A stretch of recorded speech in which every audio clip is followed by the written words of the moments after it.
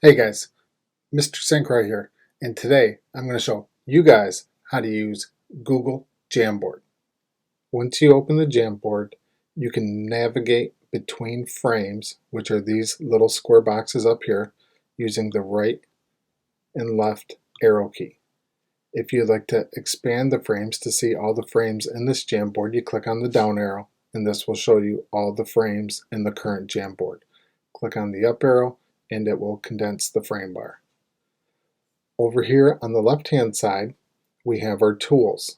Going from top to bottom, you have a pen tool, an eraser, a select tool, aka your mouse, a sticky note.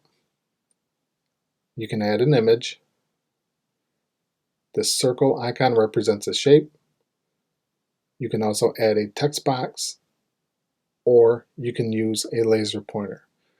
For this assignment, you are going to be asked to insert sticky notes for things that you notice and things that you wonder about the map that you view here on the screen.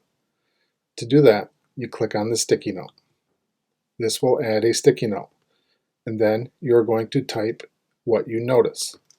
For instance, I noticed that the further away from the equator,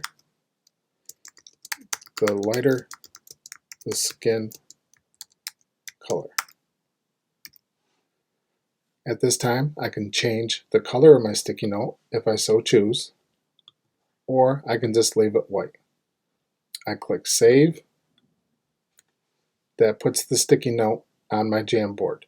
To get out of the sticky note option, I either click Cancel, or I click on the gray region around the outside of the sticky note. I'm going to click Cancel. You can also insert a shape like I have here on the Jamboard to indicate evidence of this. To do that, you go to your Shape tool and you select the shape that you would like. Let me reset the color just so we're on the same page. I'm going to select a rectangle. And remember, I noticed that the further away from the equator, the lighter the skin color. So the equator is approximately right here on the globe, right? On the map. So to indicate evidence, I'm going to draw my rectangle. And you notice that the fill color is solid. I can change my fill color by clicking on the paint bucket where it says fill color. Choose transparent. So now you just have the outline around the outside of the shape, and I can even change that color if I so choose. I'm going to choose red. Okay, so that's the basics on how to use Google Jamboard. I'm looking forward to seeing your responses and working with you this upcoming week.